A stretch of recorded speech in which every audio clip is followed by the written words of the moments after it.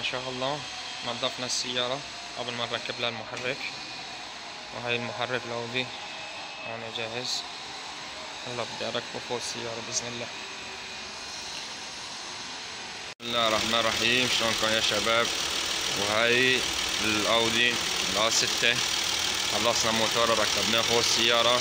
هاي حاليا هلا شغال الموتور، عم نسوي له تيست هلا حاليا.